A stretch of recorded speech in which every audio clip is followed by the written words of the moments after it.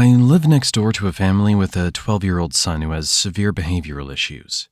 Last November, during a full moon, that kid came into my backyard at midnight and attacked me with a garden stake. I don't believe in possession or supernatural explanations. The kid has documented psychiatric problems and wasn't taking his medication. But what I can't explain is what he said while he was attacking me, or how he knew things about me that no one should know. I'm 35, work as an accountant in a suburb outside Columbus, Ohio. A quiet neighborhood, mostly families, keep to yourself kind of place. My next door neighbors, the Hutchisons, have a 12-year-old son named Connor. I noticed over the past year that something was off with him. Heard screaming from their house sometimes. Saw police cars there twice. The mom mentioned once that Connor had behavioral issues, that they were working with doctors. I didn't pry, not my business. Mental illness is hard enough without nosy neighbors judging. This was November 2024, the night of the full moon. I remember because it was bright enough to light up my backyard like a street lamp. I was letting my dog out around midnight, last bathroom break before bed. Just standing on my back porch, checking my phone while she sniffed around the fence. I heard a sound behind me and turned around. Connor was standing in my backyard, 10 feet away from me. Just standing there. I had no idea how he got there. The fence between our properties is 6 feet tall, solid wood. No gate between our yards. Connor? What are you doing out here? Does your mom know you're... You killed someone. I froze. What? You killed someone. November 4th, 2019. You think about it every day. You were wearing a blue shirt. It was raining. You tried to stop, but you couldn't. My blood went cold. November 4th, 2019 was the date I was in a car accident that killed a pedestrian. I'd been driving home from work when someone ran into traffic unexpectedly. I slammed on my brakes, but couldn't stop in time. Hit him going 40 miles an hour. And I was wearing a blue shirt that day. It was raining. Those details weren't in any police report. They were just in my memory. I was found not at fault. The investigation showed the pedestrian was intoxicated, ran into traffic without looking. But I still had nightmares. Still saw his face. Still thought about it every single day. I never told anyone in this neighborhood. The case was settled privately with his family. My name was never in the news. I'd moved here 6 months later specifically to escape the memories. There was no way Connor could know any of this. Connor, I think you need to go home. He was walking toward me now. I could see he was holding something, one of the wooden stakes from my tomato plants in the side yard, sharpened to a point. His eyes looked wrong. Pupils dilated huge, almost completely black, catching the moonlight like an animal's. His face was expressionless, blank in a way that made him look nothing like a child. You need to pay for what you did. The moon shows me everything. Shows me what people really are inside. Connor, stop. I'm calling your parents. He lunged. I barely moved in time. The stake missed my chest by inches, hit my shoulder instead. Pain exploded through my arm. I tried to grab him, restrain him without hurting him. He's 12, I'm a grown man. But he was impossibly fast and strong. We struggled. He was making sounds. Not words, just this low, continuous growling from the back of his throat. He got me again, and this time in the forearm. The stake went deep. I felt it scrape bone. I yelled. His name was David Torres, Connor hissed. You never said his name out loud after the accident, but you think it every day. David Torres. That was the pedestrian's name. I'd never spoken it, not to anyone. It wasn't in any documents I owned. I only knew it from the private settlement paperwork that was locked in a safe deposit box. My dog started barking aggressively. Lights came on in the Hutchison house. Connor's dad came running out. "Connor, no!" Mr. Hutchison grabbed his son, pulled him away from me. Connor was screaming about the car accident, about blood on my hands, about the moon showing him truth. "November 4th, you killed David Torres and didn't pay! The moon shows me everything! I can see inside you!" Mr. Hutchison was crying, struggling to hold his son. I'm so sorry. He stopped taking his medication. Connor, stop!" My neighbors from the other side came out. Someone called 911. Police arrived within minutes. Paramedics treated my arm. 2 deep puncture wounds needed stitches. Connor had gone quiet by the time the ambulance arrived, but his eyes were still wrong. Still all pupil, staring at me with that blank expression. Mr. Hutchison explained that Connor had been diagnosed with early-onset schizophrenia 6 months ago, that he'd been on medication but stopped taking it 3 weeks ago, started having paranoid delusions, talking about the moon, revealing what's hidden. "We were getting him into inpatient treatment tomorrow," Mr. Hutchison said, devastated. "I'm so sorry." I didn't press charges. The kid is 12 and clearly sick. But I asked the police how Connor could have known about the accident, about the date, about the victim's name. The officer said Connor must have found out somehow, overheard something, found documents. But Mr. Hutchison shook his head. "Connor doesn't have computer access. We took away all his devices months ago. He's not allowed online. He doesn't go through our things. We've been watching him constantly." The officer wrote it down, but said disturbed kids can make cold readings, lucky guesses that seem impossible. But the victim's name? The color of my shirt? Those weren't lucky guesses. Connor was admitted to a psychiatric facility the next day. The Hutchisons moved away 2 weeks later. Mr. Hutchison said Connor had become obsessed with me during treatment, talked about me constantly, said the moon still shows him. I asked the detective to investigate how Connor could have accessed that information. He checked everything. No computer history, no documents, no possible source. The case records were sealed. The settlement was private. His report said Connor obtained information through unknown means. 3 months after the attack, I got a letter. No return address. Inside was a single sentence in a child's handwriting. The moon shows me other things too. I'll tell you next time. I gave it to the police. They confirmed it was Connor's handwriting. He'd somehow mailed it from the psychiatric facility. His doctors said he was improving, and that the medication was working. But that letter's in my safe now, and I've installed security cameras around my entire property. I'm an accountant. I deal with numbers, facts, things that make sense. And nothing about this makes sense. A 12-year-old boy with schizophrenia knew the exact date of an accident from 5 years ago, knew the victim's full name, knew what color shirt I was wearing, knew details that only existed in my memory. His psychiatrist says schizophrenic patients sometimes make impossibly accurate statements, that we don't understand how, that the mind is complicated. Maybe. But I don't go outside during full moons anymore. And every month when the full moon comes, I think about that letter. Next time. I'm not waiting to find out what that means. I walk dogs for a living, and I've never had a problem with any of them until last September, when a client's golden retriever, the gentlest dog I'd ever met, attacked me during a full moon walk, bit through my hand, wouldn't let go, kept making this sound I'd never heard a dog make before.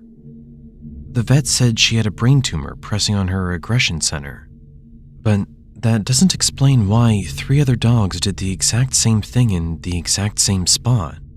Or why all 4 of them weighed different amounts but pulled with exactly 47 pounds of force at that location. I checked my fitness tracker afterward. 47 pounds, all 4 times, to the decimal point. I'm 26, been a professional dog walker in Seattle for 5 years. I love animals, understand their behavior, never had a serious incident. I've handled reactive dogs, anxious dogs, aggressive dogs. I know how to read them. This was September 2024. One of my regular clients was a golden retriever named Bailey, 8 years old, the sweetest dog I'd ever worked with. I'd been walking her 3 times a week for 2 years. The evening of September 17th, I picked up Bailey for her usual walk around 8 p.m. It was a full moon that night, bright enough to see clearly. Bailey seemed normal at first, excited, pulling playfully. We were walking through Ravenna Park along our usual trail when Bailey suddenly stopped, went completely rigid. We were maybe 50 yards from an old maintenance building, an abandoned brick structure from the 1980s that the city keeps meaning to demolish. Bailey was staring at something I couldn't see. I tried to get her to keep walking.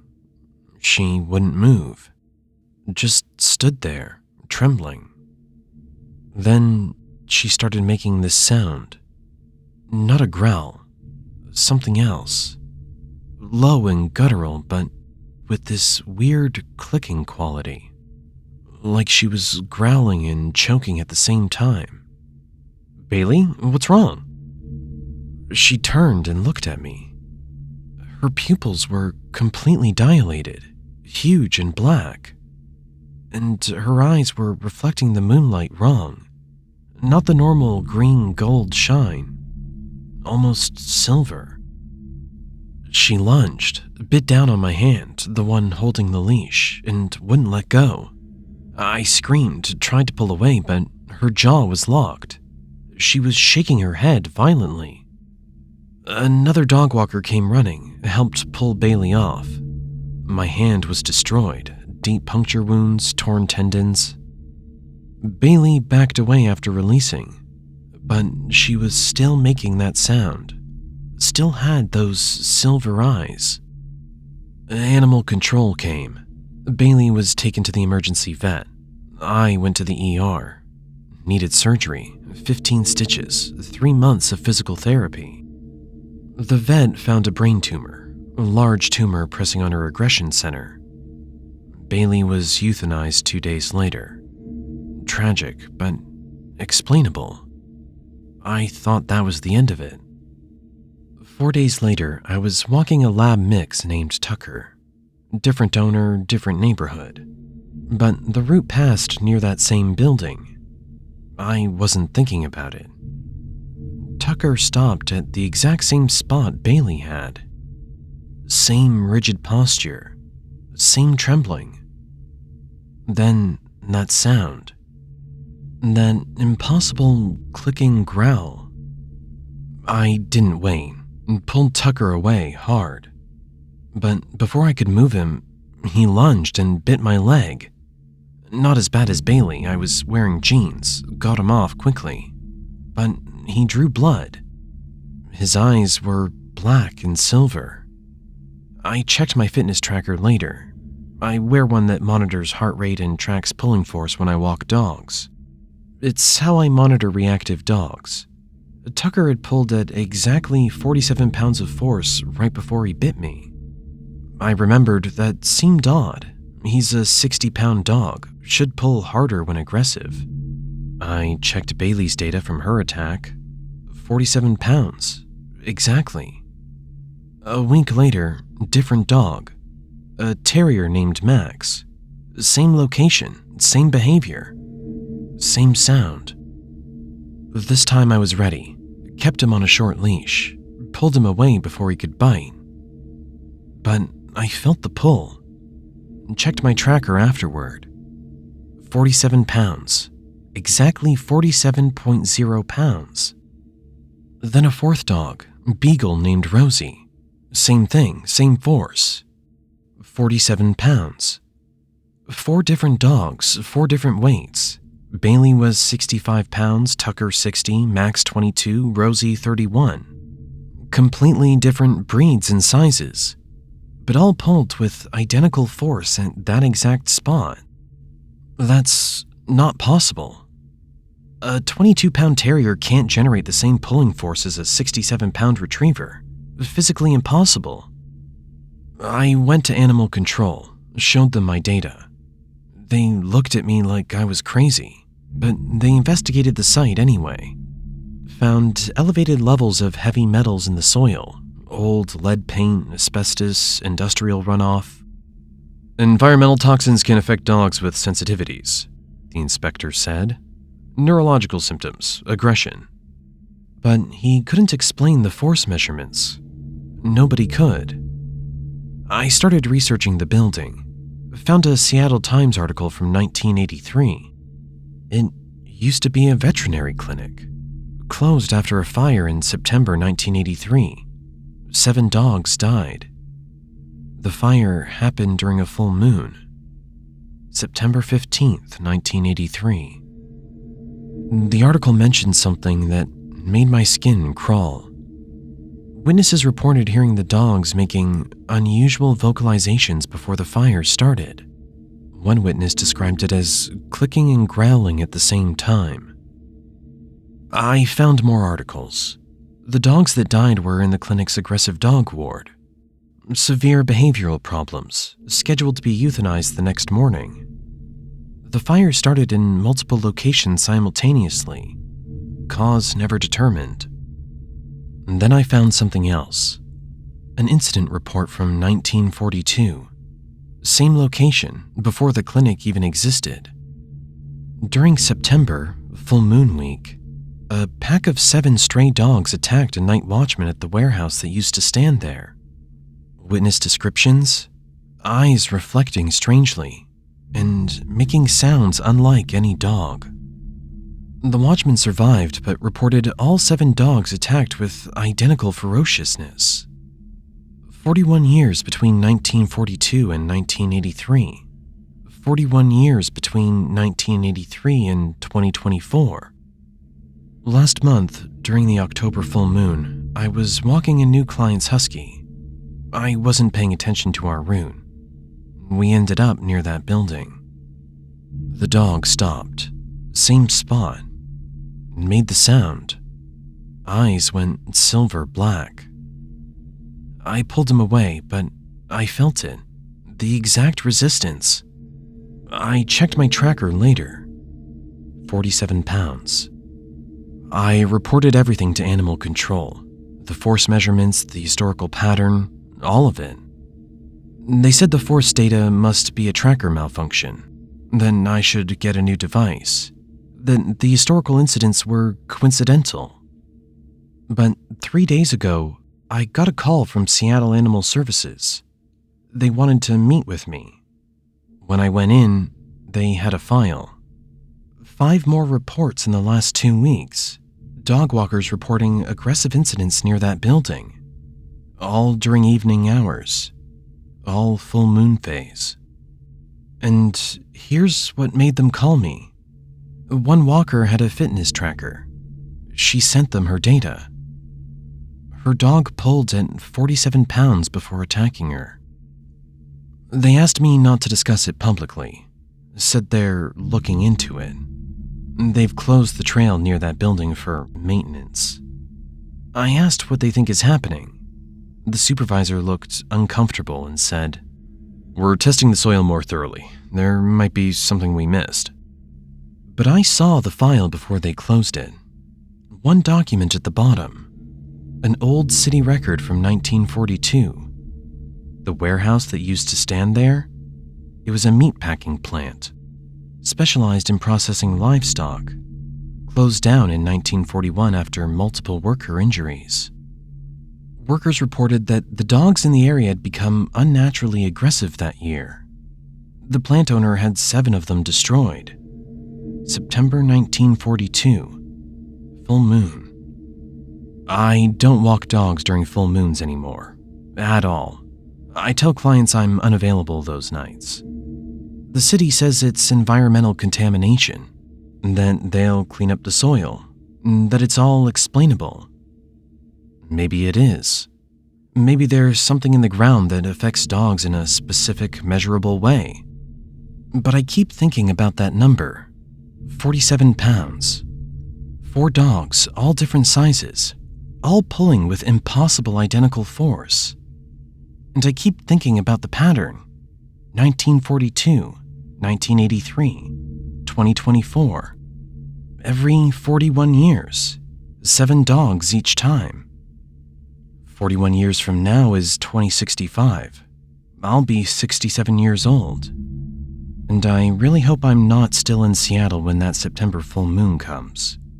Because whatever's happening at that spot, it's not random.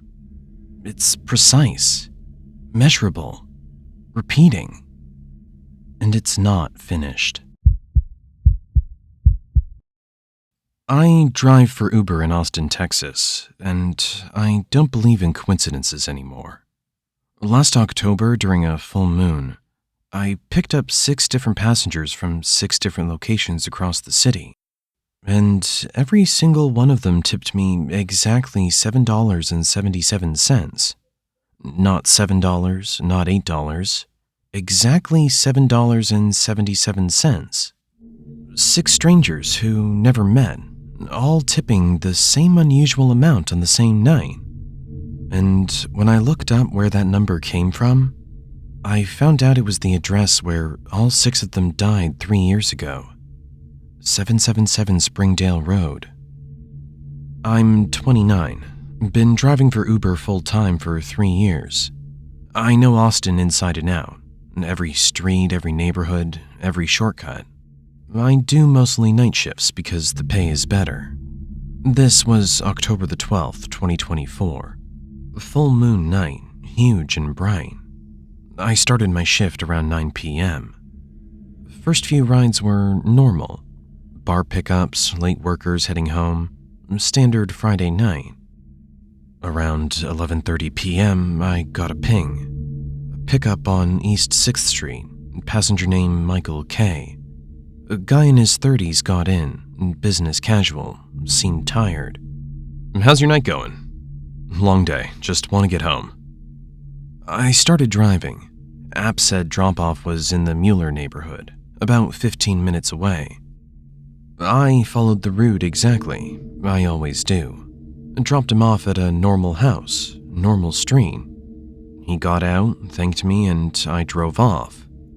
I glanced at my phone, and the ride had already been rated. 5 stars, tip $7.77. That's unusual. Most people tip round numbers, $5, $10, maybe $3. But $7.77? Oddly specific. I shrugged it off. 20 minutes later, another ping. A different pickup, North Lamar. Passenger's name, Sarah T. Woman in her 40s, professional clothes, carrying a briefcase. Normal ride, dropped her in South Austin at the address the app showed. Normal house. She got out and thanked me. 5-star rating. Tip $7.77. Twice in one night? That's weird. The third ride an hour later. Passenger named David R. A young guy, college age. Normal pickup, normal drop-off in West Campus. 5 stars. Tip $7.77. The fourth ride, Jennifer M. Fifth ride, Robert S. Sixth ride, Amanda P. Every single one of them. Different pickup locations, different drop-offs, different ages, different destinations across the city. But every single passenger tipped exactly $7.77. By the 6th ride, I was freaked out. 6 passengers, 6 identical tips. That's not coincidence. That's not possible. I finished my shift and went home. Couldn't sleep. Kept thinking about that number. $7.77. Why that amount? The next morning, I checked my Uber earnings. 6 rides from the previous night. 6 tips of $7.77, all processed, all in my bank account. I looked at the passenger names, trying to find them on social media. Nothing. The names were generic enough that I couldn't identify anyone specific. Then I had a thought. What if it wasn't about the dollar amount? What if it was about the number itself? I searched 777 Austin and found it immediately. 777 Springdale Road. News article from October 15th, 2021. House fire. 6 people dead. The house had been a group home for adults with developmental disabilities. Fire started around midnight during a full moon. Cause never determined. The house was demolished a year later. The article included names of the victims: Michael Kaplan, Sarah Torres, David Ruiz, Jennifer Morrison, Robert Sullivan, Amanda Pierce. My hands started shaking. I pulled up my ride history from last night. The passenger names: Michael K., Sarah T., David R., Jennifer M., Robert S., Amanda P. Same initials, same order. I checked the photos in the news article, compared them to the mental images I had of my passengers from last night. It was them. I was sure of it. But that's impossible. Those people died 3 years ago. I called Uber support and told them I thought someone was using deceased people's identities. The support rep checked my account, asked for the passenger names, put me on hold for 10 minutes. When she came back, she sounded confused. "Sir, those accounts don't exist in our system. The names you gave me, there's no records of any users with those names or initials who took rides last night." "But I have the rides in my history. I have the payments." "I see the rides and the payments, but the passenger information shows as Uber deleted for all 6, like the accounts were deactivated." "Can you tell me when they were deactivated?" Another pause. "According to our system, October 2021. All 6 accounts were deactivated in October 2021. I hung up, sat there staring at my phone. 6 deleted accounts from 2021. 6 rides last night. 6 tips of $7.77. I didn't drive for 2 weeks. Couldn't. Every time I thought about it, I felt sick. But I needed money. Bills don't stop. So I started driving again. Avoiding Friday nights. Avoiding full moons. Everything was normal for a month. Then November 15th, next full moon. I wasn't going to drive, but rent was due. I told myself it was a weird glitch, a one-time thing. I turned on the app around 10 p.m., got a few normal rides, normal tips, $3, $5, $0, regular stuff. Then at 11:43 p.m., I got a ping. Pickup address 777 Springdale Road. My stomach dropped. That address doesn't exist anymore. It's an empty lot. Passenger name? My full name. I stared at my phone.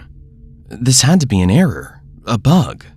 I wasn't requesting a ride. I was the driver. I declined it. The request came back. Same address, same name. I declined again. It came back. I turned off my phone. It turned back on by itself, just lit up with the Uber app open. The ride request was still there. I threw my phone on the passenger seat and drove home. Parked in my apartment lot, I grabbed my phone again. The request was gone, but there was a completed ride in my history. November 15th, 11:43 p.m. Pickup 777 Springdale Road. Drop-off 777 Springdale Road. 5-star rating. Tip $7.77. There was a comment from the passenger. Thank you. See you next month.